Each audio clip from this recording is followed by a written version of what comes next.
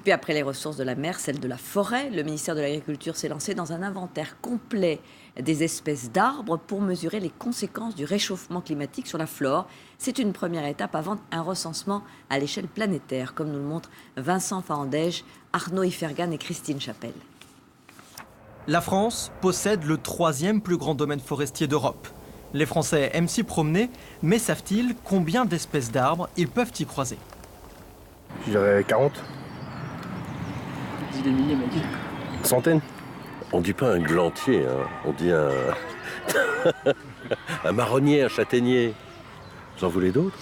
Je sais pas, moi je dirais peut-être une centaine, mais je n'en suis pas sûre. Aucune idée, plus de 2000 je dirais. En tout, 2700 espèces sont présentes sur tout le territoire français. La Guadeloupe et la Martinique en comptent 121. Elles représentent 50% du territoire, d'une grande richesse biologique. En France métropolitaine, on retrouve 137 espèces d'arbres et contrairement aux idées reçues, l'espace forestier y augmente chaque année.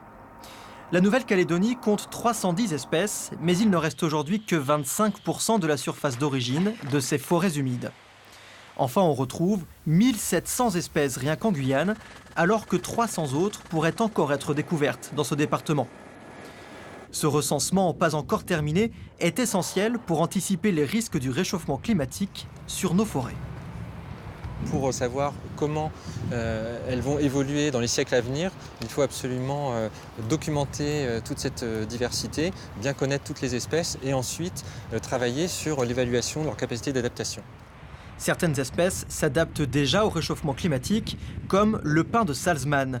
Une réserve biologique lui est entièrement dédiée dans l'Hérault, car c'est l'une des espèces les plus résistantes à la sécheresse. Le changement climatique, on ne va pas aller forcément vers l'extinction de certaines espèces, mais vers une contraction de leur aire de répartition.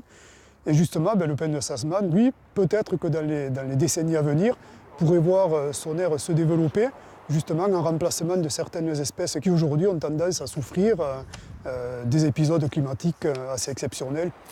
À cause entre autres des feux de forêt, il n'en reste que 3000 hectares en France. Alors pour le préserver ainsi que plusieurs autres espèces, des programmes de conservation ont été créés en pépinière ou en milieu naturel protégé. Et c'est justement pour protéger la nature et notamment les maquis et les forêts